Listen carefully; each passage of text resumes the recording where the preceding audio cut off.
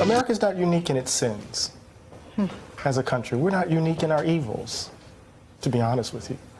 I think where we may be singular is our refusal to acknowledge them and the legends and myths we tell about our inherent, goodness to hide and cover and conceal so that we can maintain a kind of willful ignorance that protects our innocence. See, the thing is that when the Tea Party was happening, we were saying, pundits, oh, it's just about economic populism. It's not about race. When people knew, social scientists were already writing that what was driving the Tea Party were anxieties about demographic shifts, that the country was changing, that they were seeing these racially ambiguous babies on Cheerios commercials, that the country wasn't quite feeling like it was a white nation anymore. And people were screaming from the top of their lungs, yo, this is not just simply economic populism. This is the ugly underbelly of the country. See, the thing is this, and I'll say this and I'll take the hit on it. There are communities that have had to bear the brunt of America confronting, white Americans confronting the danger of their innocence. And it happens every generation. So somehow we have to kind of, oh my God, is this who we are? And just again, here's another generation of babies. Think about it, that 2-year-old had his bones broken by two parents trying to shield him from being killed. A woman who has been married to this man for as long as I've been on the planet almost, lost her husband. For what? And so what we know is that the country has been playing politics for a long time on this hatred. We know this. So it's easy for us to place it all on Donald Trump's shoulders.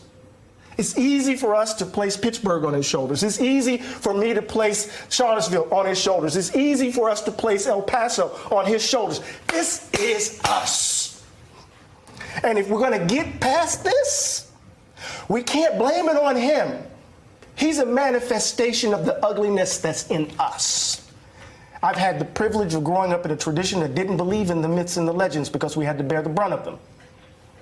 Either we're going to change, Nicole, or we're going to do this again and again, and babies are going to have to grow up without mothers and fathers, uncles and aunts, friends, while we're trying to convince white folk to finally leave behind a history that will maybe, or embrace a history that might set them free from being white. Finally. What else? Lord help us. Hey there, I'm All right. watching MSNBC on. This is Us by Eddie Glaude Jr. I don't know about you, but I never get tired of watching that clip. It seems to fit, and that clip's a couple of years old, and it still seems to fit. My name is Gary Johnson of BlackMenInAmerica.com. Today is March 27th, 2022, and let me say something about people who watch the show. I get emails sometimes, and I see people and I hear from people that say, wow, you heard a little bit of this, or your show may not be getting a lot of views. Oh, people are watching the show. We do a show, and then a week later, we'll hear something from AARP or some other person in the media. Or we get emails, or Mr. Bell will talk about something that he said and people in the community know about it. Just because you go to YouTube and you see a small number of views, that doesn't mean people aren't watching, because people can watch from any number of platforms. You can watch Inside Black Men in America. You can watch on Facebook. People are watching, and they are forwarding the link to others. And on that note, we have our hosts and our co-hosts today and our panel of experts. I'm gonna turn it over to Washington, D.C. area legendary sports broadcaster and civil rights pioneer, Mr. Harold Bell. Thank you, Gary. Well, it's Sunday, so I guess to speak the truth. And Gary, you are so right, man, about people out there, you don't know who's watching or who's listening to you until we get these emails in response to the show. And I just got, you just got a couple of emails that came in from two people that evidently respect what we're doing here. And I know one of them was from the former writer for the Washington Post, Ed Sargent, and the other one was from Charles Humphrey, a guy who's been around professional sports, who's been in the community, has been one of Sugar Ray Leonard's one of Sugar Ray Leonard's great friends. And you know, when I stopped to think, man, we had Archie Talley on the show about a week ago, man. And that was an outstanding show. I thought it, Gary, when you and I talked, man, that was an outstanding show. But you know what happened in that particular show?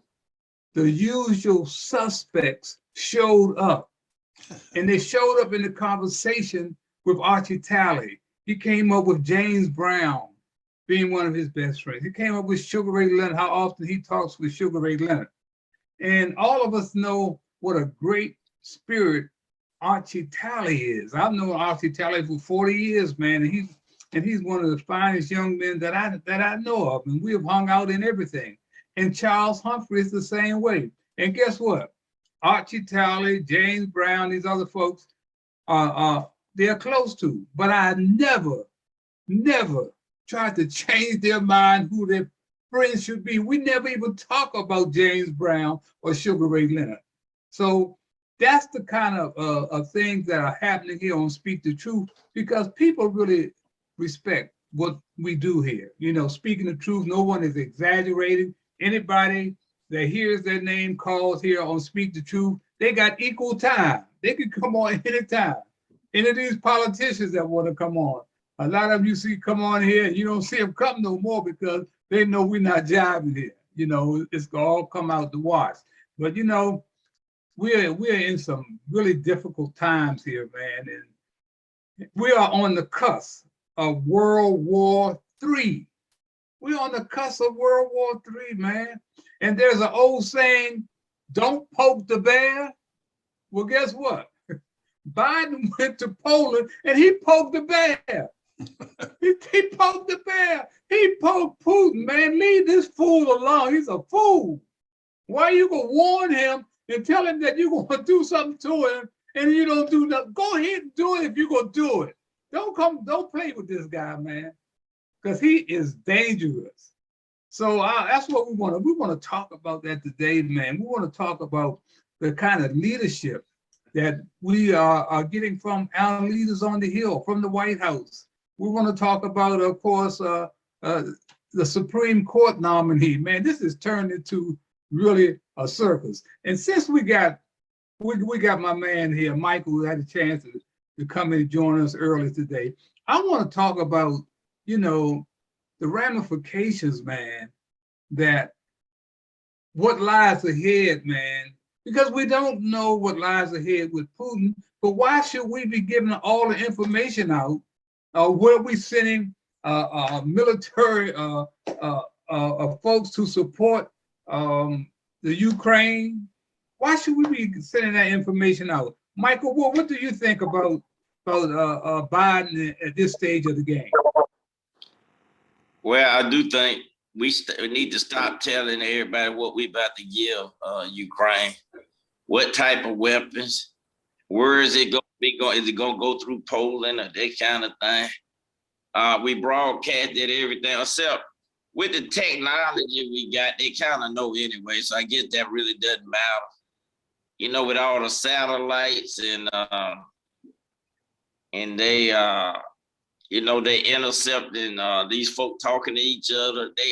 Their technology is something else now, where you can spot a little pin in the field, hundreds of miles up in the air. So I think the reason Biden broadcast what he trying to get the word out that look, we supporting Ukraine and that we're gonna try to contain Putin and that type of thing. I just do think though that at some point they're gonna have to realize that the only thing Putin gonna understand is if it looks like it's gonna be an all-out war. As long as the U.S. and NATO are holding back, Putin might keep on marching.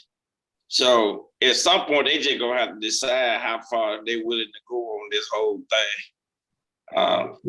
You know, because Putin gonna keep saying, "Hey, it's gonna be World War III. It's gonna be nuclear weapons. It's gonna be this and that to scare the West from trying to do more." So I don't know. It's just sad the way these folk getting bombed every second.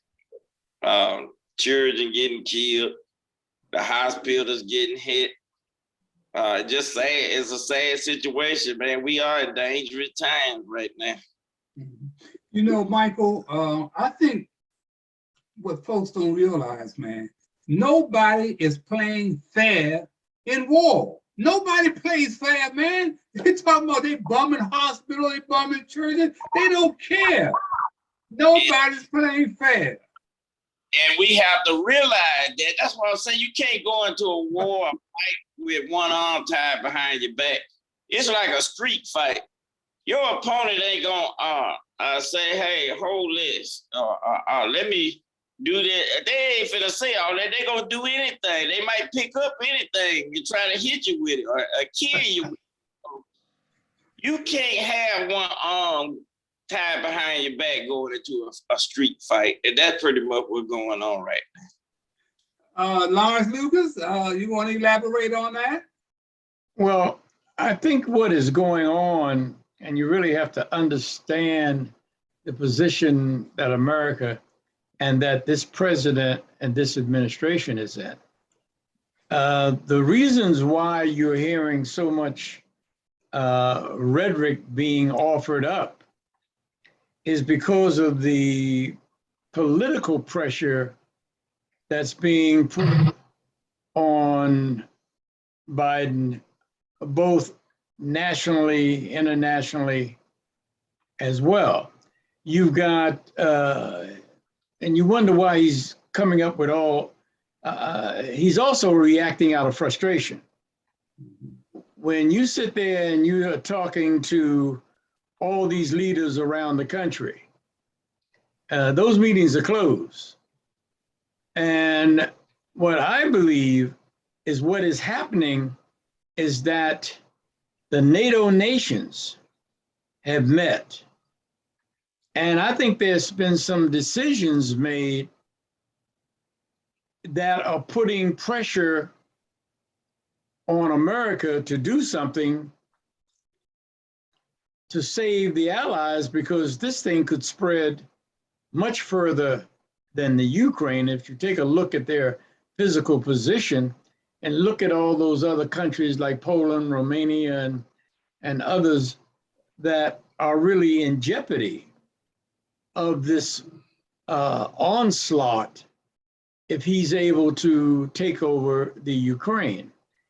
Another piece of what is going on is that you have to realize Biden last week, before he took off for Europe, his popularity rating had dropped down to 40%.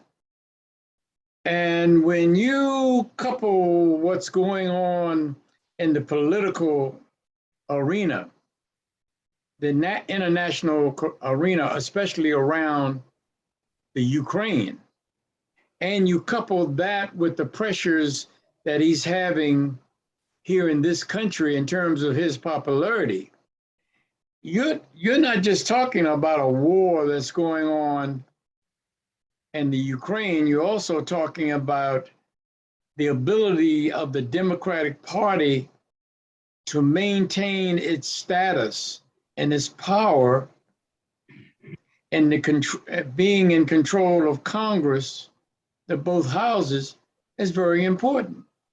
So there's a lot of things going on that's making, like Michael said, you don't go into a street fight with one arm tied behind you. Harold, we know about that. But we also know what you have to really pay attention to is what's going on and the kinds of pressures that are being put on him that will make him say things maybe a little out of pocket that he's now stepping back from today. And you got to also take a look at his domestic agenda and his domestic position of the Democratic Party as we move into 22 and 24. I think that's partly driving some of his missteps as well. Okay, Gary, how about showing that piece where President Biden kind of pokes the bear? Yeah, we can do that, and then let see what Chris has to say. I'm sure he's got something good too. The single most important thing that we can do from the outset is keep the democracies united in our opposition and our effort to curtail the devastation that is occurring at the hands of a man who, quite frankly, think is a war criminal.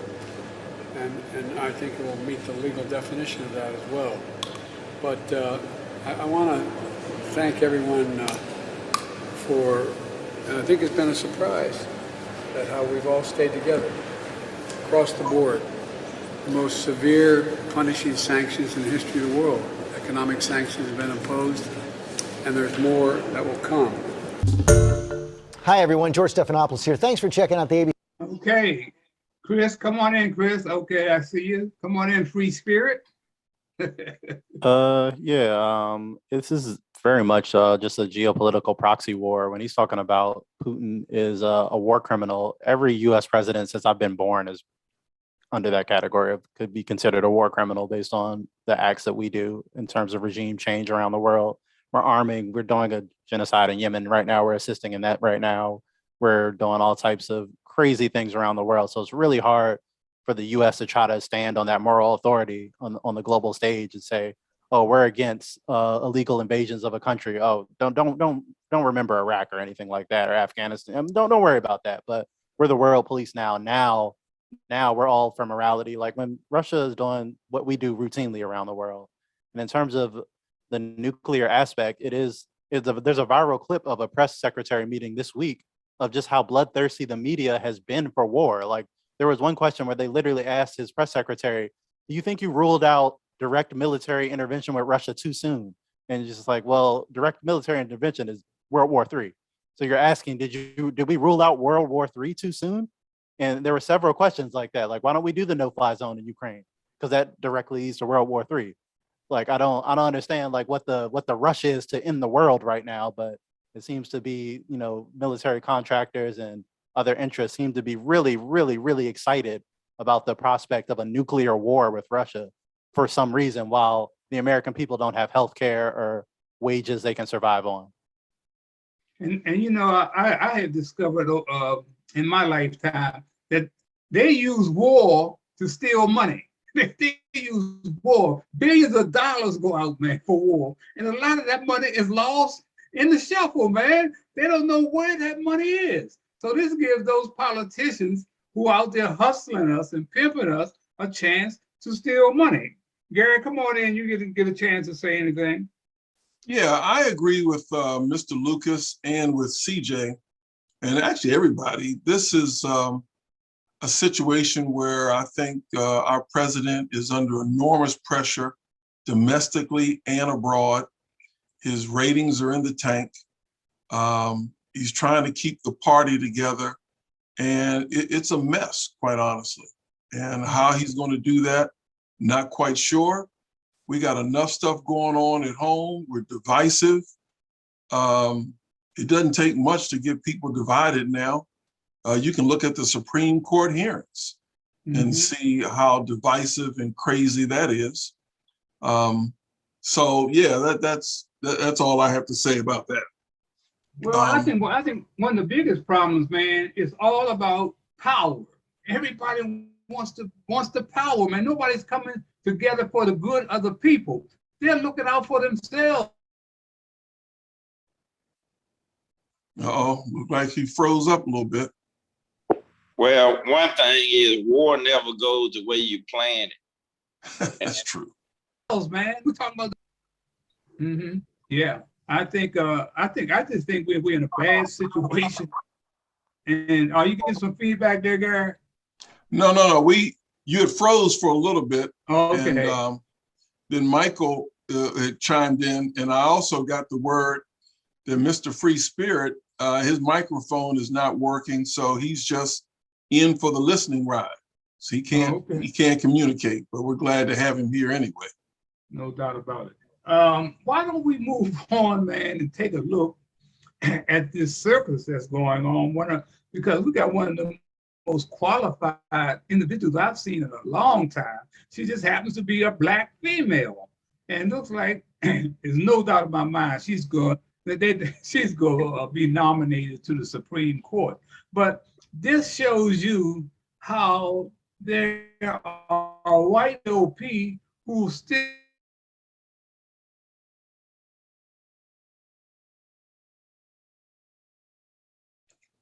Okay, so now Harold is frozen.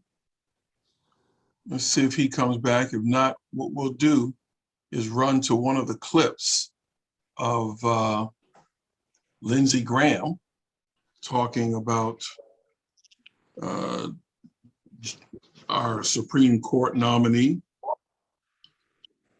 Okay, doesn't look like he's coming back. So let's go to the clip with Lindsey Graham.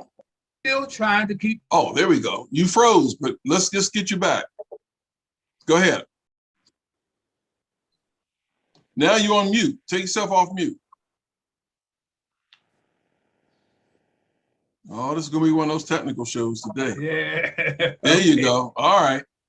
I was saying that I think, man, that we're in a position, man, where we need to come together. Everybody is fighting for power on the side of the GOP, on the side of the Democrats. We don't want to do what's right for the people. We want to do what's right for ourselves. And I think that's the biggest problem with our Supreme Court nominee. Not only is she Black, but she's a woman, and that really puts her behind the 8 ball. Gary, can we show something on our nominee, Miss Jackson? Yeah, where do you want to go with Lindsey Graham or Booker, or how you want to do it? Let's start out with Lindsey Graham. I think that would take us into where we want to go. All right, let's see what we can get here and get all this other mess out the way. You wouldn't say that you're an activist, Judge. I would not say that. Okay. So we'll have 20 minutes more later on, but here's what I would say. That every group that wants to pack the court, that believes this court is a bunch of right-wing nuts that are going to destroy America, that consider the Constitution trash, all wanted you picked. And this is all I can say, is the fact that so many of these left-wing radical groups that would destroy the law as we know it declared war on Michelle Childs and supported you is problematic for me. Thank you. Thank you, Senator Graham. Yeah. You mentioned a few.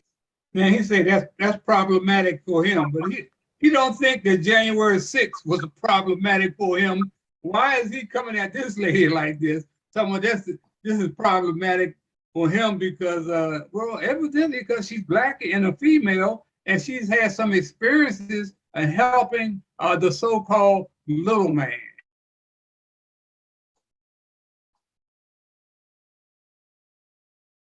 Yeah, is this anybody jumping in? Like, I mean, this Go ahead, he's frozen. Go ahead, yeah, CJ. it's just the GOP. They don't act in good faith. I mean, at any time, I don't know what anyone expected during this hearing. Just the fact And that I she's think Black that's what the big. just the fact that she's Black, they're going to object to that just off of anything. And as I state all the time, the GOP, the Republicans don't have anything other than these divisive culture war issues.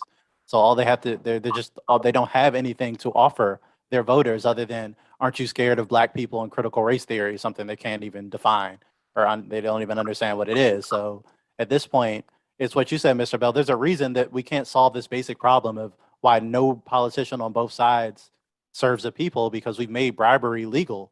We've made buying politicians legal. So like why would they serve the people when they get their money from ExxonMobil, they get their money from Big Pharma, they get their money from these corporations and donors. So obviously they make the laws for them. They don't make the laws for us. They don't work for us.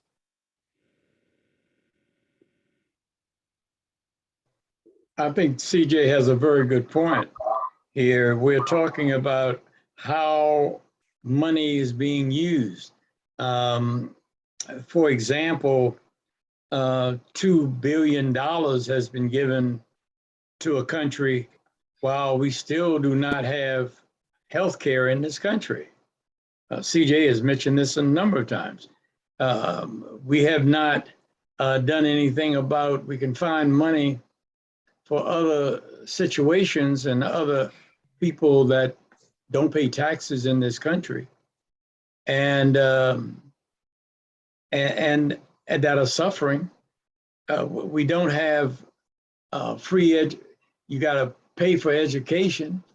We need more doctors, we need more nurses, we need more engineers. And we're not making it any easier for the young people, this generation that's struggling to get through college and no assistance at all. So CJ has mentioned this so many times. It's a matter of misprioritizing what is needed for America, and you have another agenda, what's needed for others. It is really the same old political ethos on both sides of the aisle that has gotten us where we are today, both domestically and foreign. Yeah, if I could just jump in, I see that there was a comment in the chat too, and that's a great example of some of the stuff that's going on. Like when we're talking about voting, these are policy choices. Like poverty doesn't need to exist in the richest country in the world with overflowing resources, but that's a choice. So some people can stay extra rich, some people have to be homeless and fall through the cracks. That's a choice. We can make laws. We can put the homeless in the house. When there are things like tax breaks or, like I said, giving money to Ukraine for war or tax breaks for the rich, that stuff goes through unanimously. We don't hear any argument about that. The Democrats and Republicans completely agree upon that. That stuff goes through with flying colors. But we couldn't even get mass or stimulus checks during the pandemic, during the height of the pandemic, because they can't agree on basic things. That when it comes to anything that would help the American people, our government becomes gridlocked and useless and can't do anything. But if it's something to serve their corporate donors, that stuff gets done overnight. Mm-hmm. That's right. That's a great point, CJ. One of the other things that has been brought to my attention, and I've been looking closely at it. We're talking about a new wave of the virus coming through America. It's been in Europe, Mexico, and now it's traveling here. We're talking about a second dose, a booster for another virus coming through. So that means people like me, man, will have a hard time trying to escape another virus, man. I got lucky that I'm blessed and I'm still here. But here they're talking about another virus, and we've got to pay attention to sending money to the Ukraine or wherever. And we got homeless people right here in America, and they're sending this money out of the country to take care of us. Biden came in with a promise that he was going to close out student loan, hasn't done anything about that, but they're sending money everywhere else. I want to ask Michael. Michael, you still there? I want to know, I understand you're running for re-election. What kind of platform are you running on? And who are you running against, Michael? Do they have any track record of reaching back into the community as yourself? Well, in Alabama, we have 3 African-American district attorneys. My opponent is a black mayor that's running against me. Why right now, again, I'm the first black president of the District Attorney Association. I'm on all kinds of statewide things. And what he doesn't realize, and some of the folk behind him doesn't realize, is being in this kind of, being the president and these other boards I'm on and stuff, it helps me, allow me to push stuff through like expungement. We help pass an expungement law for convicted defendants. And, I started a pretrial diversion program for nonviolent offenders. If they complete that program, the charge and get dismissed. We helped start a drug court program. all this kind of stuff. But anyway, I basically run on my record as far as all the different things we doing now. I'm one of these folks, like the what's his name from New Orleans or Louisiana. You know, the guy that be on a lot. What's his name? I'm trying to think of the one that be from anyway, these folk that commit murder and rape and child molestation and stuff, I run on the fact that they need to go to prison. But these nonviolent folk, that, you know, we done started all kinds of programs to help folks get their records restored, you know, and get their charges dismissed and that kind of thing on nonviolent offenders. So anyway, but I'm gonna tell you, Harold, and you probably know this, if you don't kiss ASS, you're gonna make some enemies. And that's what, literally, that's the thing against me. I ain't kissing the ASS. And I'm talking about some folks that are out there with some of these national black folk that ain't really doing what they claim they doing. We got those around here in Selma. And you know, since I ain't kissing the ASS, because they ripping folks off, keeping the community poor, that kind of thing. But me, I know it. I expose these folks so they angry. So I go through this every 6 years. So I'm back into this again. So all I can say is I'm not changing. That's my thing. I'm not gonna change on that. But these folks ain't doing, the ones that are supporting my opponent, they ain't doing nothing for the community but bleeding the community dry. If y'all think that our country has all these homeless, a problem like homelessness, poor education, drugs, all this stuff, just multiply that by 10 around here in the Black Belt. And these folk, they just ripping people off, trying to get rich. And CJ would eloquently say, money drives a lot of things, y'all, a whole lot. So anyway, that's what's going on.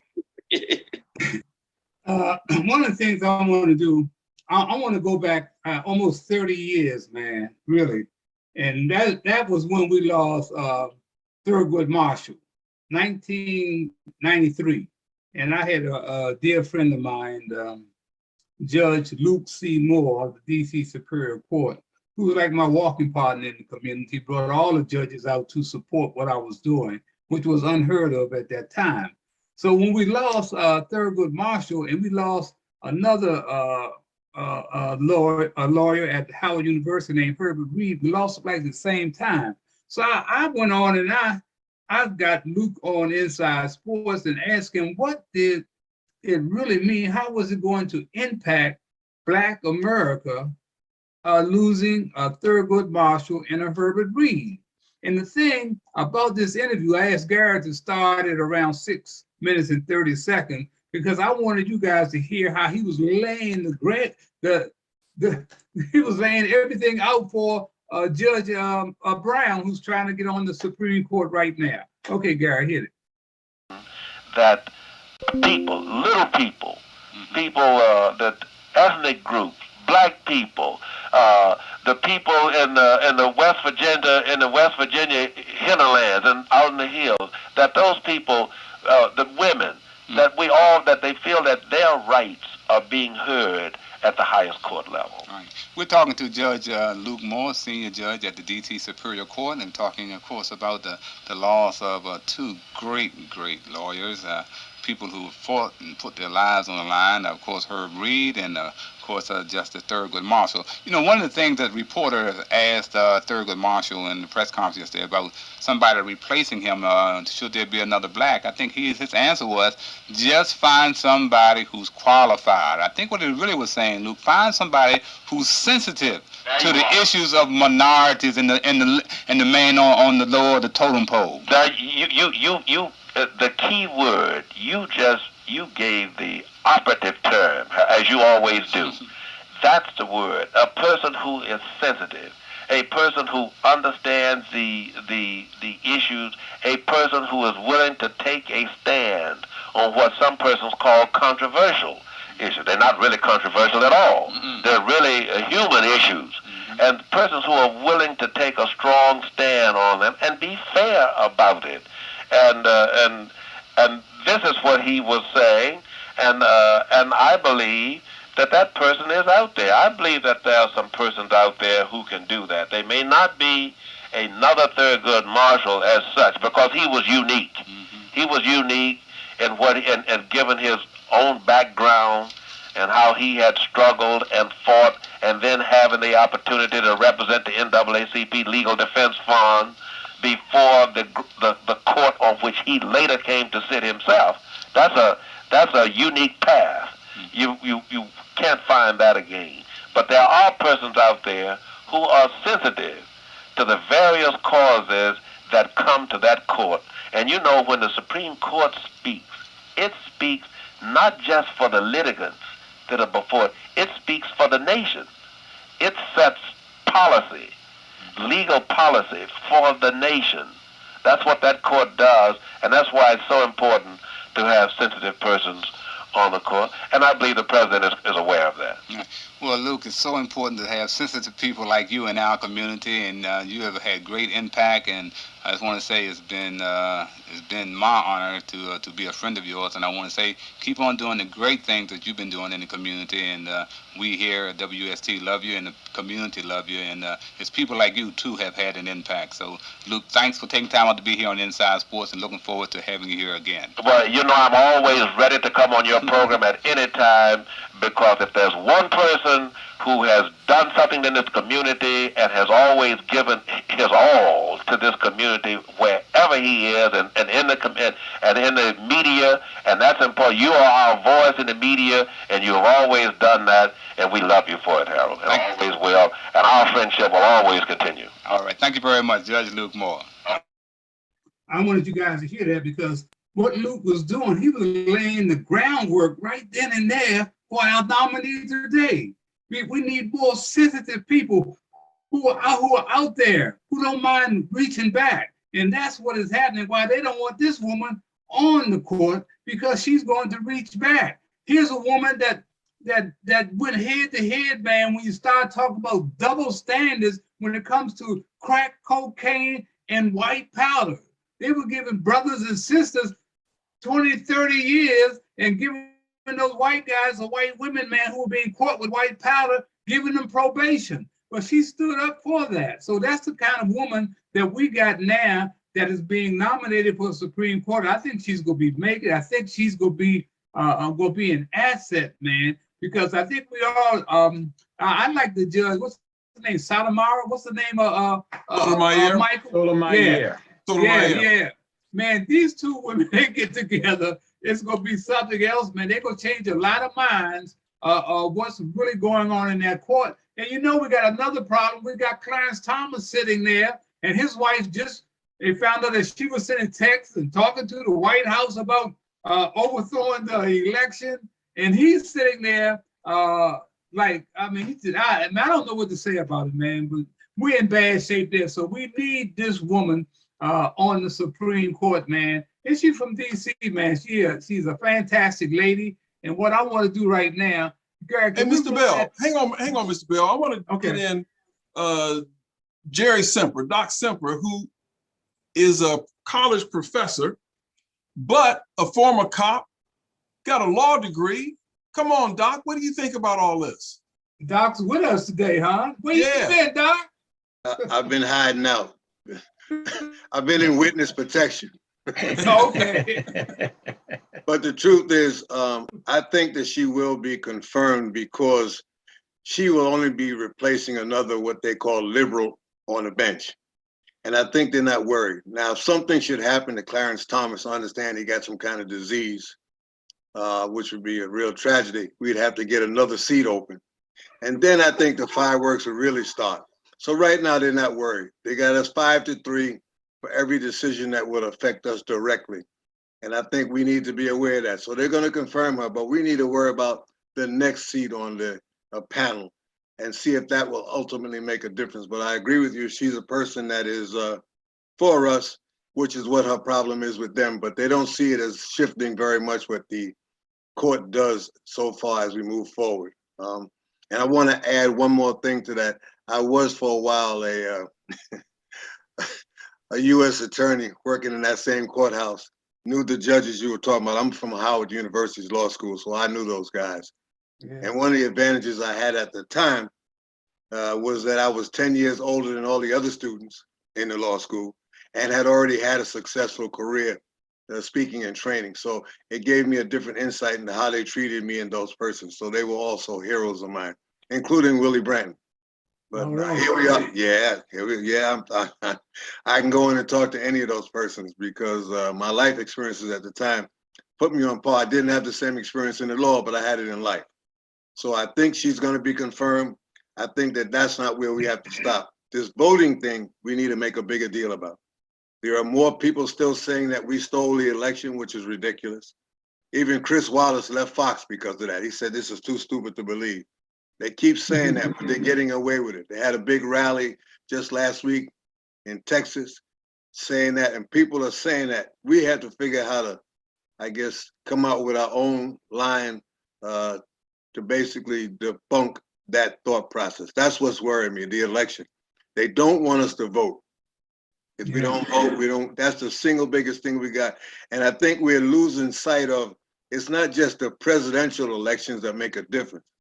It's all those people in between, including some states hiring their own voting board and people that'll look at the results. This is crazy, man. And I think that we're getting snookered on that. We need to be voting for people in the lower level offices all the way up and not just the presidential election. I think we're being snookered on that one. So for me personally, I'm encouraging people to vote in your local elections for local people because that's where they're getting ready to sock it to us, brother. We're gonna soon be irrelevant if we don't wake up. Not just Georgia, all over the country. We have to vote. So that's my piece right now in joining this conversation.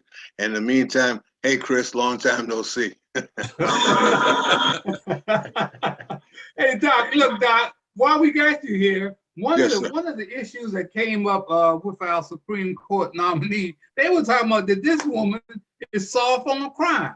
How the hell she could be soft on crime when she got family members that were law enforcement officers? She also, I don't know how she pulled this off, Doc, but she got the FOP, she got Noble, she got the Police Chiefs Association, all supporting her. Now, 1 out of 3 ain't bad. The Police Chief Association, I've been keeping up with them for years, and there's some white boys who have come to the forefront and have spoken out on police brutality and the thin blue line and the code of silence. So now she got all of these folks supporting her. How do they think that she's soft on crime?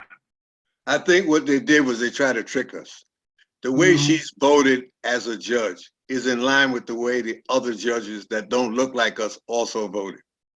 It's the deal, let me just say, these people are much better at publicity and using advertising and false notions than we are. We got to figure out a way to get to the not only the internet, to advertising, to the stations. So she was voting in line with what other judges have been doing for years and years. No big deal.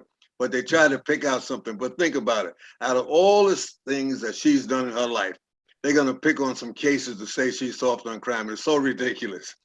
And none of the other judges have gone through that. But when you look at the records of all of the judges that have gone through the court, she's had more experience than all of them. She's had more experience than all of them, including the fact that she was a defense lawyer. Let me tell you, learn some stuff in defense work that these other guys know nothing about. So it's a red herring is what we call it, just trickery. She's not soft on crime, and her voting record stands against any of their voting records with respect to, they picked this thing out, pornographic material, Jesus Christ. They went deep for that one, brother. Out of all the things in the world, yeah, people, so we have to figure out a way in an advertising way and through the networks and the internet to fight back against that, to let people know that no, she's been voting exactly as the way other judges have done that don't look like us. That's the problem. But they really pick something. I'm surprised they didn't say she picks her toenails or something. I'm just saying, just come up with some bull. Who was what the brother said earlier? He said ASS. Yeah, I say the whole word ass. And that's where we are. So no, she's not soft on crime, and I understand the police being behind her. As a former police officer, and I was involved with the Noble and all those organizations, let me tell you, what they try to do is tell the story in a way that tries to make us look bad, which is what they're doing with her, but it's not working for us. But we need to figure out ways to get more advertising, more word out on the internet to let people know. And a guy like you, Harold Bell, you got the platform, brother.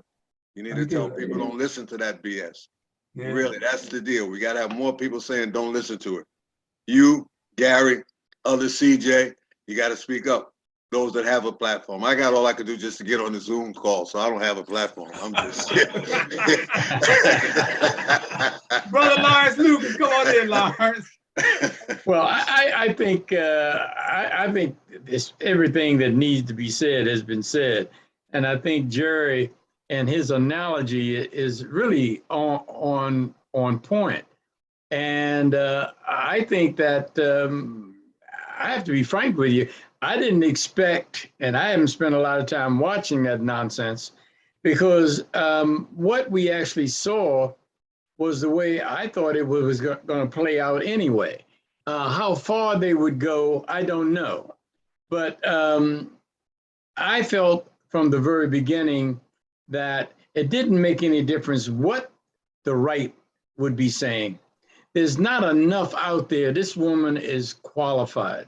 She has paid her dues, and she's done it in a way that was very professional, and she's done it in a way that it respects the law. And I have to be very candid with you. I got to a point where I just turned to another channel because I didn't want to listen to that nonsense. And I agree with Jerry. She's going to get by, and she's going to get by, and because she was vetted in the right way. And I can commend whoever spent time vetting her for this position, did an excellent job, because I don't think they could have picked anyone any more qualified than she. And she's going to do a good, be doing good things for this country. CJ, then we go to Michael. Come on, CJ. Yeah, just to add on to what Mr. Semper and Mr. Lucas were saying, as we stated before, these aren't good faith attacks by Republicans. They have nothing there. So since there's nothing there, they're just inventing things. They're reaching, and they've done this before, where they reach and try to paint every black person or left-wing person as some radical extremist, and they ended up making the person sound a lot cooler than they actually are. Like, she's a solid record, solid judge, and then they try to blow it up and say, oh, she called all the American presidents war criminals once. Like, well, that's kind of right. You're kind of making me like her more. Your attack ads are not very effective at trying to, oh, she's a radical, she's going to change the system the way it works. Well, our system's not working real well right now. I don't know if anyone's looked around in the country, so I think we could use some changes. So their attack ads are kind of backfiring, as they usually do. They do the same thing with Joe Biden. Oh, he's this radical extremist who's going to do socialism. Like, I wish he was. I mean, your attack ads are not falling flat. But again, the GOP has nothing to offer the American people. They're not offering to improve the lives of their voters, so they have to distract their voters with these stupid issues. And like Mr. Lucas said, I was watching March Madness. I'm not going to waste my time watching Lindsey Graham ask a bunch of bad faith questions when we know she's going to get nominated, as was stated before. So it's a waste of time. It's a show. As you said, this is just theater. This is political theater. This is all it is, a waste of resources for theater. Michael, come on, Michael, take yourself off mute, Michael. Michael? Okay. She's the first African-American woman being nominated to the Supreme Court after all this time. We're in 2022. That should have happened way long ago. But the second thing is, why would anybody listen to Lindsey Graham and Senator Cruz? I'm telling you. I mean, Cruz, Trump, daddy, and this kind of thing, and wife, and the man, it just, the whole thing is so ridiculous. And Lindsey Graham stands for nothing. One day he's here, the next day he's there, he this place. Poor Senator McCain probably rolling in their grave that he was friends with this guy. I mean, you really can't take it too seriously because they educated guys. They just sound silly. You know, so you really can't take this stuff. I mean, it's serious, but they sound silly. And I'm just sorry. Somebody they're kissing somebody, ASS, that attacks the father and wife. You can't respect a person like that. Beyond all the other crazy stuff Senator Cruz done, it's beyond ridiculous. This man is a Harvard graduate from Harvard Law School. He's a graduate from Harvard Law School, talking crazy. They folk asking for her LSAT score. Who cares what she scored on the LSAT? Like you asking somebody, hey, what you make on the ACT 30 years later?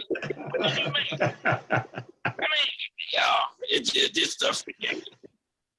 Hey, Gary, what I want to do, you know, when I was working in the federal government, doing my presidential appointment out at Bowling Air Force Base, I was having a problem with this redneck colonel who was in charge of the base. He was from Texas, you know, and I was working out of his building, and I'm the only black on staff, and we just had, I knew where he was coming from the very beginning, but there was another colonel that worked under him, came in my office one morning. He said, Harold, come on, man, you got too much talent, you know, too many people to be going, you know, eyeball to eyeball with this guy. He said, meet me for breakfast in the morning. So I went to the office of the club and met with this colonel, and he brought this placard with him, and it said the definition of diplomacy, and it had the devil on there, you know, with whatever what he had, and he said the definition of diplomacy is being able to tell somebody go to hell and have them looking forward to the trip. And I never forgot that. So I want to play right there. I want to show you Cory Booker doing the exact same thing. Gary, can we run Cory Booker? Yeah, before we do that, let me just show you something that was just sent to me about 10 minutes ago. Okay. I'm not going to say anything. I'm going to leave it up for about 10 seconds, and then we'll go to Booker. Okay.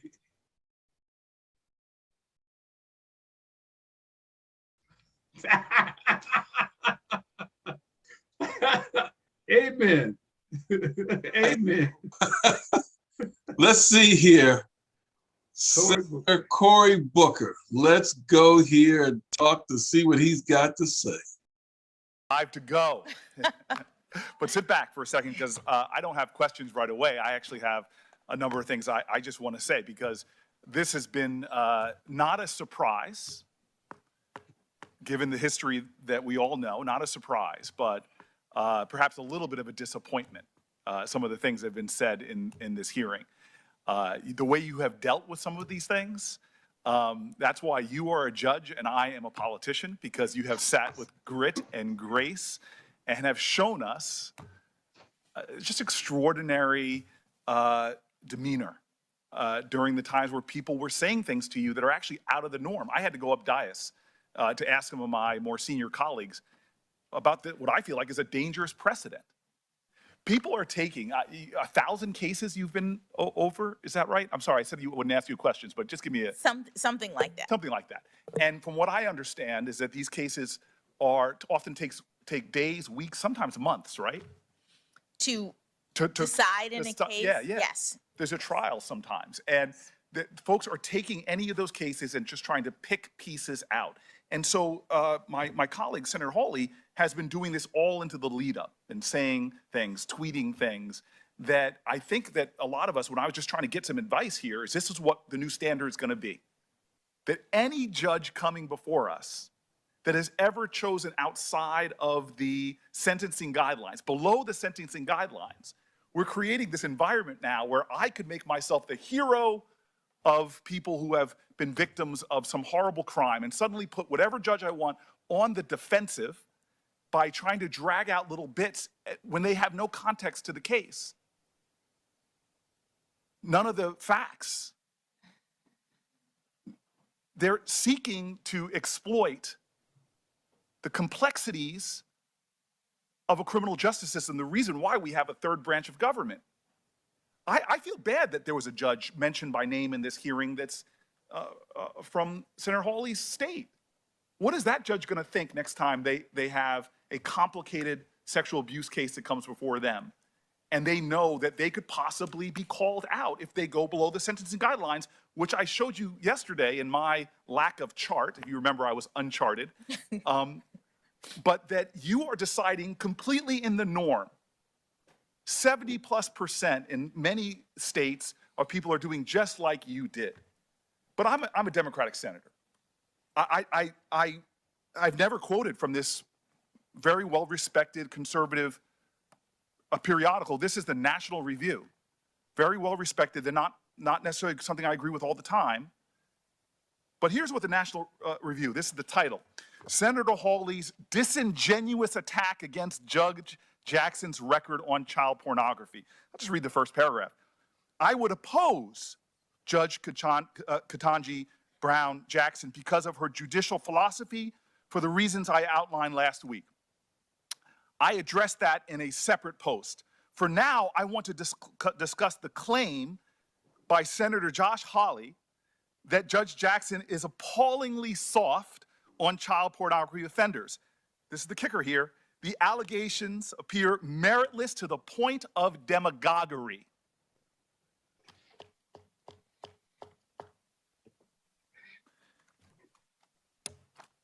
I got letters from leaders of victims' rights groups, survivors of assault,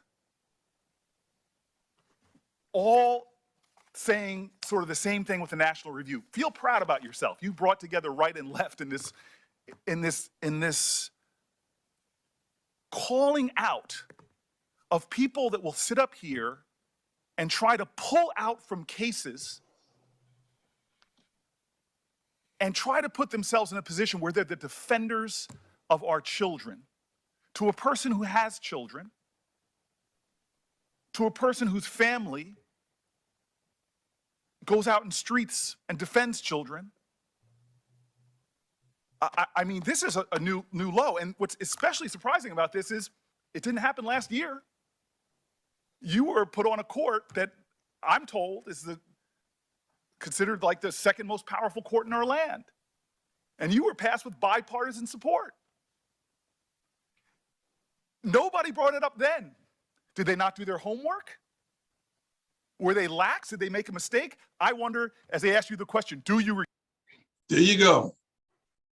Yeah, you know, those of you who have not seen that whole, I could watch the whole 20 minutes over again. I'm sorry about that. But you need to look at that. And man, Cory Booker, man.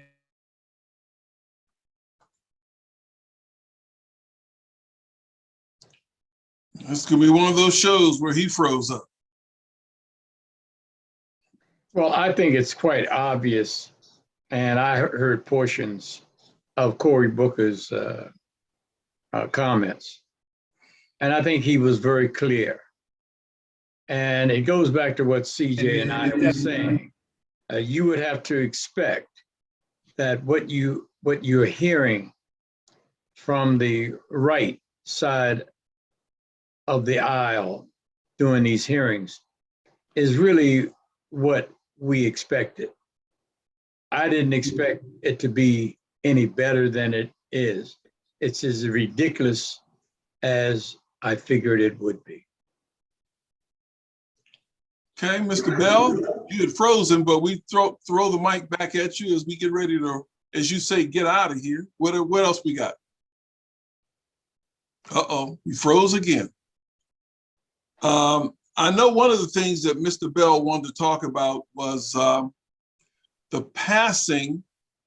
I guess he just got notified not too long ago. Mr. Lucas, you probably would know this also, since this was a Washingtonian. Max Julian, you know, from the MAC. Apparently he passed in January, and I guess Mr. Bell had just heard about it. And he was a DC native, known for the MAC. And so what I was just talking about Max Julian, Mr. Bell. You're on mute.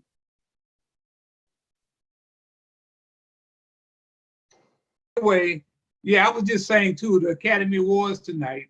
Yes. Be sure to watch the Academy Awards. King Richard is up for an award. I doubt if they give him anything. You will not see him in the audience holding his hat in his hand, waiting for them to give him an Academy Award. But he changed the way the game of tennis was played, took it over, and made his mark. And he deserves an Academy Award for that picture. I know Gary saw it. It was a great, outstanding picture. Also, a guy that I just knew in passing, Maxwell Banks. He really, my man, Lawrence might remember Maxwell, who went to Phelps and played with Elgin Baylor, one of the great guards in the city at the time. Maxwell Jr. went on to Broadway, went on to Hollywood, where he came up with the Mac and did a lot of what you call black exploitation movies. Well, I just found out that Maxwell died in January, and I met him face to face up at Howard Theater when I came back. Yeah, we're losing a lot of our really great entertainers and creators in the arts. So happened he was there in Hollywood with Courtney, James Courtney, who was also on the show very recently, Gary. So yeah. we're seeing You got a bad connection, Mr. Bell, but maybe what we'll do is let's go out with, since we're talking about Max, let's go out with a quick 2-minute summary of Max and his career here. Let's see what we got. Yeah, well, you just keep trying, man. You're gonna do it one of these years. Right. Oh, what's up? Hey, baby D, how you doing, man? You remember Peaches, right? Hey, Trey. How could I forget? Peaches, baby. Je peux mettre la fidélité au drapeau des États-Unis. Qui représente, baby doll? Qui représente? Represent. Damn. Now, she thinks that I told her to freshen up my drink. I was really giving her the flag salute. Now that's cold. That's cold. Hey, buddy boy, you gotta be careful over there sucking on that bone. 100 years from now, they'll be coming along checking your DNA with that bone, swearing you and that chicken were into some kind of freaky sex thing. You got that off. Man, he's like a pimped out Yoda. So, baby D, how are your holiday rounds going?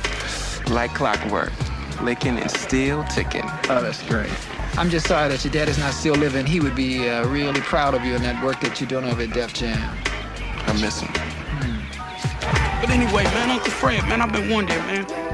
It's Max Julian. He's made a lot of money in the black exploitation, and he's gonna be missed. Gonna be missed.